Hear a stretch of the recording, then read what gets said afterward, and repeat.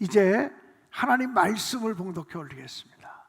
하나님 말씀은 이사야 49장 14절로부터 17절까지의 말씀입니다. 그런데 시온이 말하기를 주께서 나를 버리셨고 주께서 나를 잊으셨다 하는구나. 어머니가 어찌 제 젖먹이를 잊겠으며 제 태에서 낳은 아들을 어찌 긍휼히 여기지 않겠느냐. 비록 어머니가 자식을 잊는다 하여도 나는 절대로 너를 잊지 않겠다. 보아라 예루살렘아, 내가 내 이름을 내 손바닥에 새겼고 내 상벽을 늘 지켜보고 있다.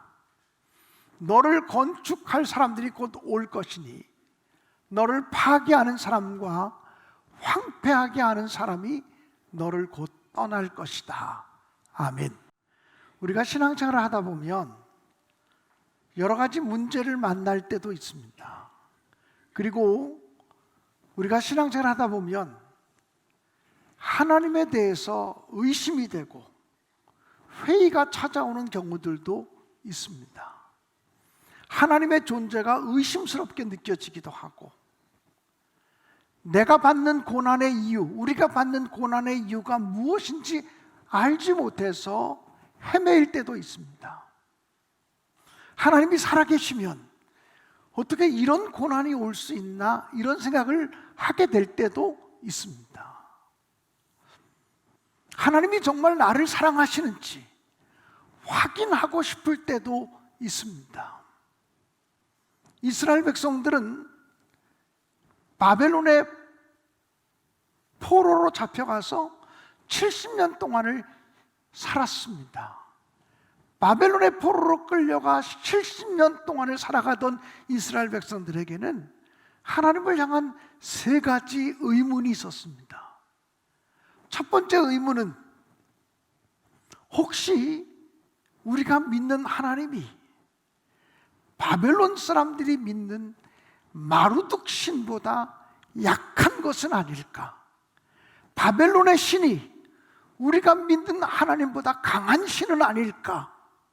이런 생각이 찾아왔습니다. 여러분, 이스라엘 백성들이 바벨론의 포로로 잡혀가 보니까 그 조그마한 나라 이스라엘에서 살다가 고대 문명이 발달되어 있는 바벨론에 가보니 바벨론의 커다란 도시 문명 앞에서 위축되고 주눅들기도 했습니다. 우리가 믿는 하나님이 바벨론 사람들이 섬기는 마루둑 신보다 힘이 약해서 우리가 바벨론의 포로로 끌려와서 식민지 생활을 하고 고생하는 것은 아닐까? 이런 생각이 들었습니다. 그때 하나님께서는 포로기에 선지자했던 제2 이사야 선지자를 통해서 이런 말씀을 주셨습니다. 이사야 46장 5절부터 7절에 보면 이렇게 기록이 되어져 있습니다. 너희가 나를 누구에게 비기며 누구와 짝하며 누구와 비교하여 서로 같다 하겠느냐. 사람들이 주머니에서 금을 쏟아내며 은을 저울에 달아 도금장에게 주고 그것으로 신을 만들게 하고 그것으로 엎드려 경배하며 그것을 어깨에 메다가 그의 처소에 두면, 이거 본문 말씀이 잘못 인용된 것 같아요. 5절까지만 돼 6절 7절이 다른 말씀이 인용됐어요. 어떻게 썼는지 모르겠어. 제가 제 설명 드릴게요. 하나님께서 이사야 선지자를 통해서 이스라엘 백성들에게 주신 말씀이 뭐냐면, 하나님을 누구와 비교하며 누구와 비유할 수 있겠느냐. 하나님과 같은 분은 이 세상에 없다고 강조하고 있습니다. 1부, 2부 예배 때는 바르게 인용이 됐는데 3부 예배 때 왜 다른 말씀이 인용된지는 모르겠어요. 1, 2부 잘 나왔기 때문에 3부도 그대로 나올 줄 알았더니 3부가 다른 말씀이 나왔어요. 중요한 것은 하나님께서 이사야 선지자를 통해서 말씀하시기를 나를 누구와 비교하고 누구와 짝하고 누구와 견줄 수 있겠느냐? 하나님과 견줄 수 있는 분은 이 세상에 아무도 없다 라는 말씀을 주셨습니다.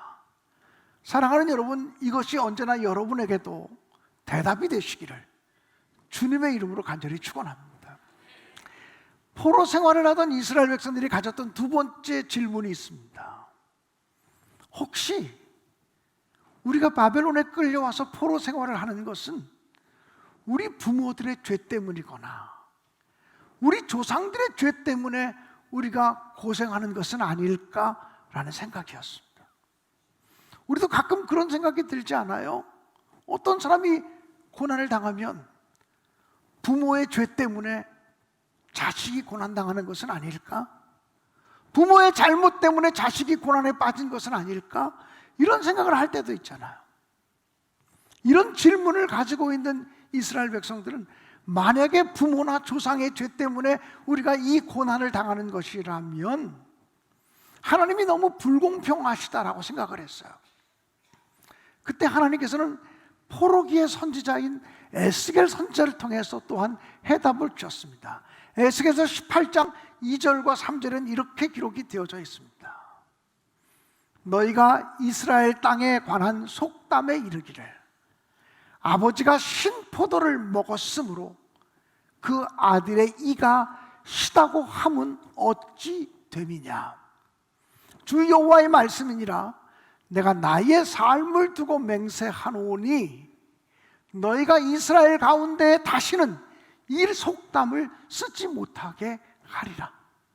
이스라엘 백성들이 가지고 있는 속담이 있었는데 그 속담이 어떤 내용이었냐면 아버지가 신포도를 먹었기 때문에 아들의 이가 시다, 이런 속담이 있었다는 거예요.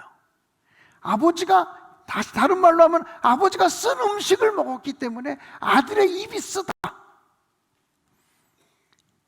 이 말의 의미는 부모의 죄가 자식들에게 유전되어지고 조상들의 죄가 그 가계에 흐르게 되어진다라고 하는 생각을 그 유대 백성들은 가지고 있었다는 거예요.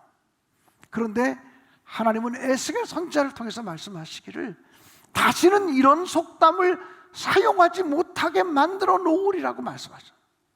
절대 부모가 신포도를 먹었다고 해서 자식의 이가 신 것은 아니다, 이렇게 말씀하셨다는 거예요. 너희들이 바벨론 땅에 붙잡혀 와서 포로로 고생하는 것은 단순히 너희 조상들이나 너희 부모들의 죄 때문만이 아니라 오늘 너희들이 가지고 있는 죄성 때문이다. 너희들이 가지고 있는 불순종 때문이다. 너희들이 가지고 있는 교만함 때문이다라고 일깨워주고 있는 거예요. 한 20여 년 전에 우리 기독교 서적 가운데 굉장히 베스트셀러가 되었던 책 가운데 하나가 가계에 흐르는 저주를 제거하라고 하는 그런 책이 있었어요. 우리 가계에 흘러오는 저주를 제거하라고 하는. 저도 사서 읽어봤고 그 책에서 많은 영적인 도움도 받기도 했어요.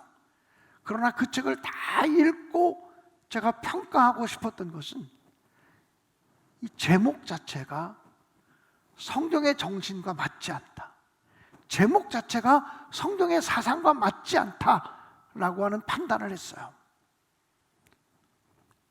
주님께서는 나면서부터 소경된 사람을 보고 예수님의 제자들이 이 사람이 태어날 때부터 소경이 된 것은 그 부모의 죄 때문입니까? 자기의 죄 때문입니까? 라고 물어보았어요. 그때 예수께서 하신 말씀은 부모의 죄 때문도 아니고 자식의 죄 때문도 아니고 그것을 통해서 하나님의 영광을 드러내기 위함이라고 말씀하셨어요. 그러니까 절대로 부모나 조상의 죄 때문에 내가 고난에 빠지지 않는다라고 하는 거예요. 그 사실을 기억하신다면 오늘 내가 믿음으로 바르게 선택하고 믿음으로 바르게 결단하는 자들이 되시기를 주님의 이름으로 간절히 축원합니다.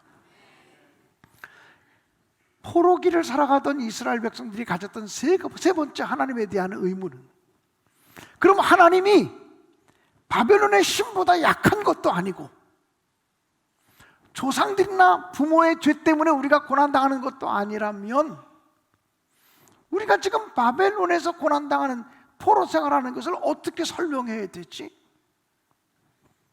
하나님이 혹시 우리를 잊어버리신 것은 아닐까? 하나님이 우리를 버리신 것은 아닐까? 이런 생각을 하게 되었다는 거예요.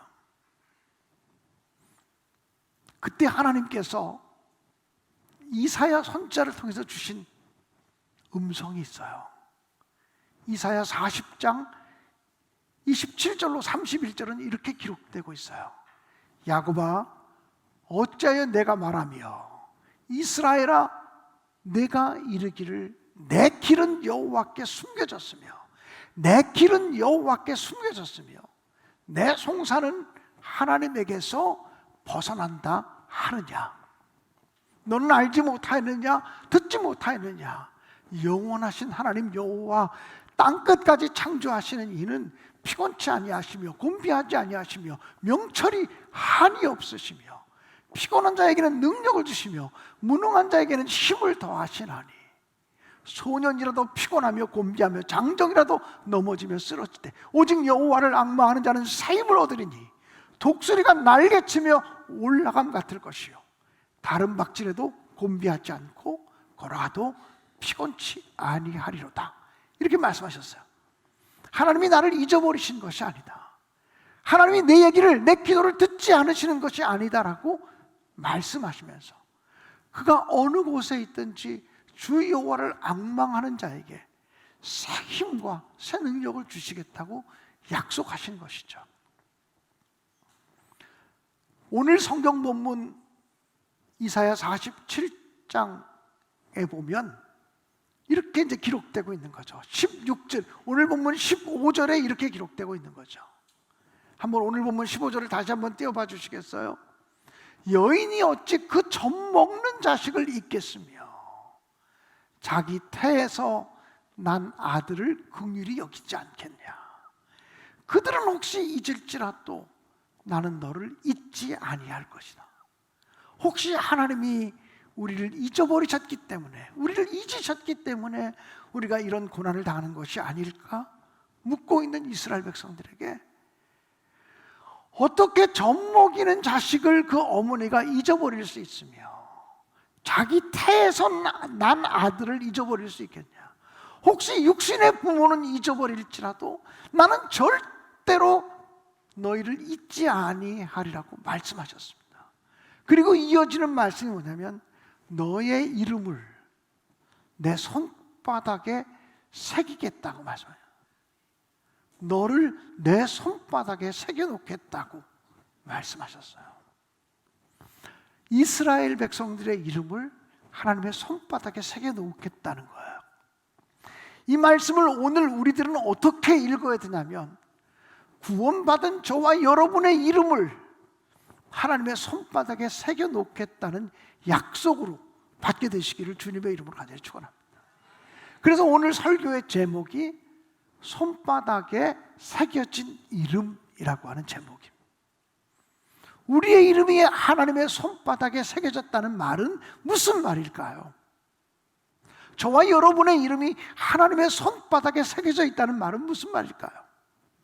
이것은 너는 절대적으로 나의 소유다라고 하는 의미예요. 여러분, 부모가 자식을 낳으면 자식의 이름을 기도하며 고민하며 짓지 않습니까? 물론 요즘은 가슴으로 낳은 자녀들을 키우는 가정들도 굉장히 많아서 주어진 이름을 가지고 오는 부모님들도 계시겠지만 우리가 자식을 낳으면 이름을 지어주잖아요. 이름을 지어주면서 이제 너는 나의 소유야, 이렇게 부모들이 고백하게 되잖아요. 우리의 이름이 하나님의 손에 기록됐다는 것은, 하나님의 손바닥에 우리의 이름이 기록됐다는 것은 우리가 절대적으로 하나님의 소유가 된 백성이라는 것을 의미합니다. 이사야 43장 1절은 이렇게 말씀하고 있어요. 야곱아, 너를 창조하신 여호와께서 지금 말씀하시니라. 이스라엘아, 너를 지으신 이가 말씀하시느니라. 너는 두려워하지 말아라. 내가 너를 구속하였고 내가 너를 지명하여 불렀나니 너는 내 것이다. 이렇게 말합니다.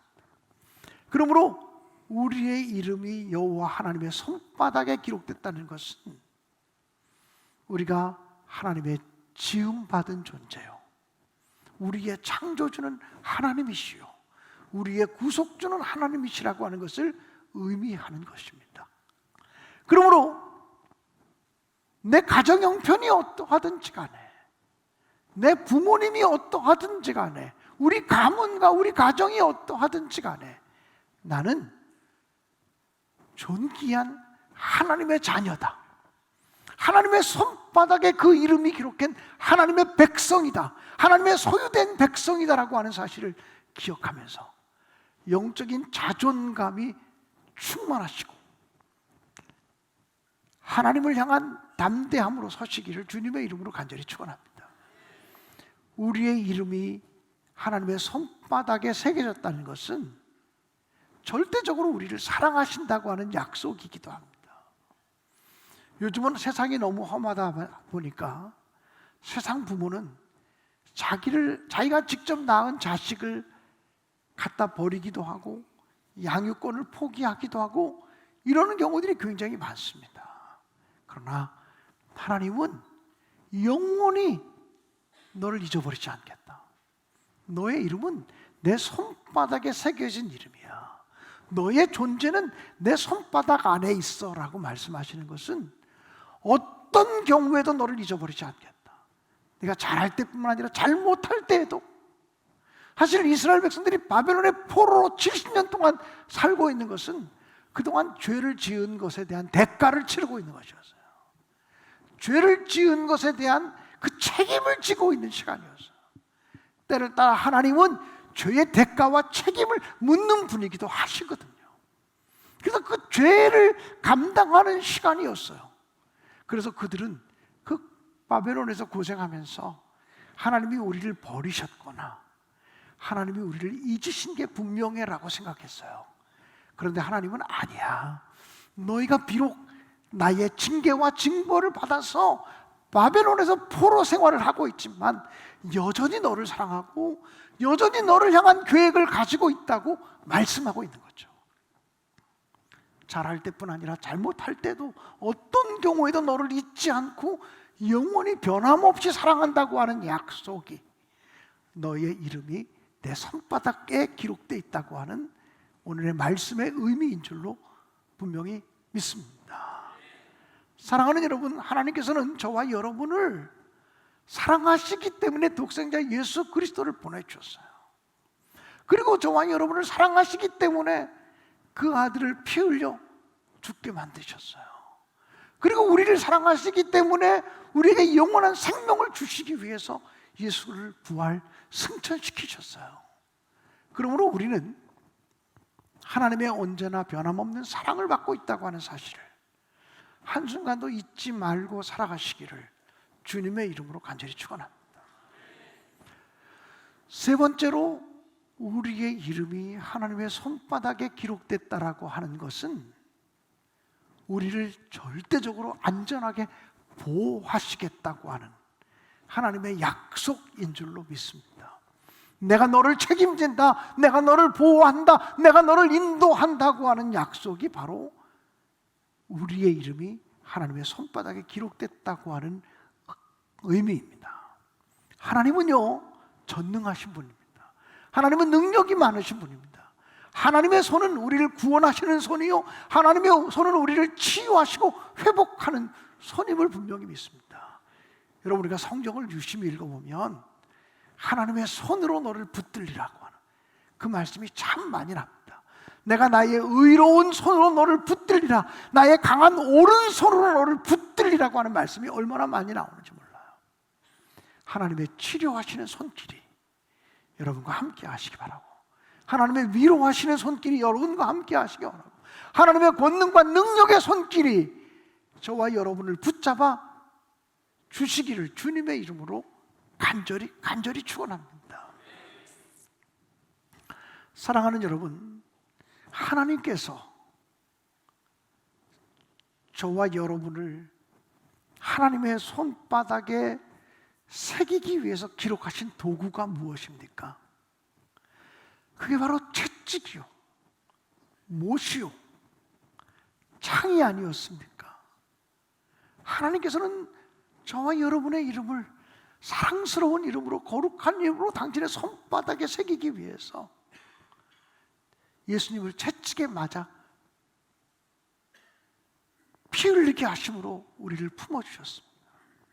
예수님의 두 손과 두 발에 못이 박혀 피 흘리게 하심으로 그 피로 우리의 이름을 기록하셨습니다. 옆구리를 창으로 찔려 피 흘리심으로 저와 여러분의 이름을 사랑하는 이름이라고, 거룩한 이름이라고, 보배로운 이름이라고, 존귀한 이름이라고 말씀하시며 당신의 손에 기록하신 것입니다. 가시면류관으로 머리를 찔리시며 그 피 흘리심을 통해서 저와 여러분의 이름을 당신의 손바닥에 기록하신 것이라고 저는 의심 없이 믿습니다. 그러므로 사랑하는 여러분, 오늘 설교의 말씀은 다 잊어버려도 좋습니다. 한마디만 기억하고 가시면 좋겠어요. 내 이름은 하나님의 손바닥에 기록된 이름이다. 우리의 이름은 하나님의 손바닥에 기록된 이름이라고 하는 사실을 꼭 기억하시면 좋겠어요. 내 이름이 하나님의 손바닥에 기록되어 있기만 하다면 하나님이 나를 지키실 거야. 하나님이 나를 보호하실 거야. 하나님이 나를 책임지실 거야. 하나님이 나를 치유하시고 고치실 거야. 하나님이 나를 사랑하시는 거야. 하나님이 나를 인도하시는 거야. 나는 하나님의 손 안에 있는 하나님의 소유된 백성이야. 이 사실이 흔들림이 없는 확신으로 여러분 마음속에 가득 차게 되시기를 주님의 이름으로 간절히 축원합니다.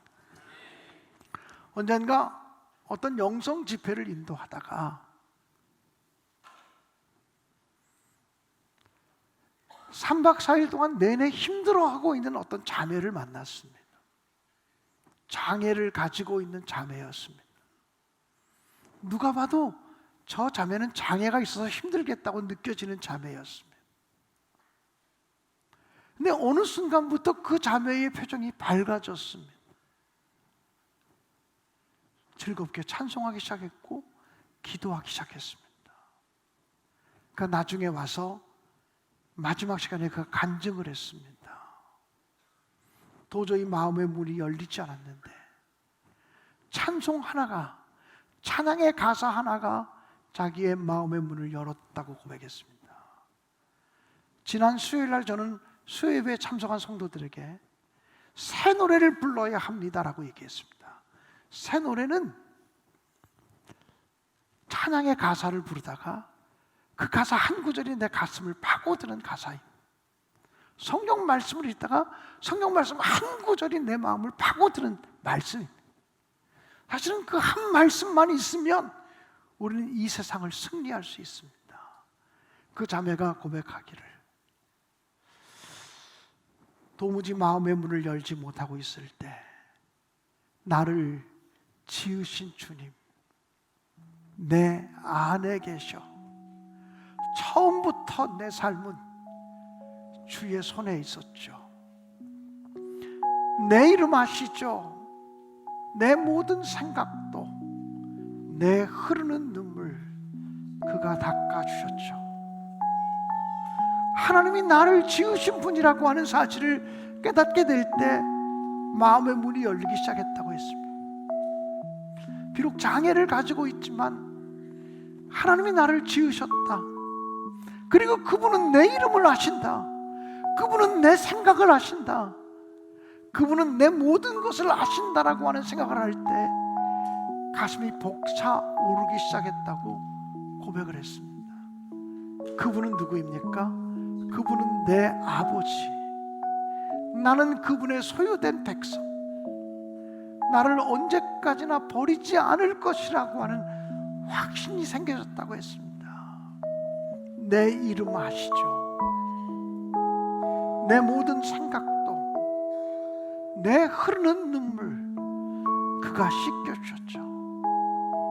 오늘 하나님께서 여러분 한 사람을 한 사람을 향해서 내가 너의 이름을 안다, 마치 삭개오의 이름을 불러주신 것처럼, 삭개오야 내려오라. 어떻게 예수님이 내 이름을 알지? 신기했던 것처럼 주님께서 여러분 한 사람 한 사람을 바라보면서 내가 너의 이름을 안다, 너의 이름을 알고 말고, 너의 아픔도 알고, 너의 눈물도 알고, 너의 한숨의 의미도 알고, 너의 모든 생각을 알고 있다. 너의 이름은 내 손바닥에 새겨진 이름이다. 두려워하지 말라, 놀라지 말라, 걱정하지 말라, 담대하라고 말씀하시는 귀한 은혜가 이 시간 있게 되기를 주님의 이름으로 간절히 축원합니다.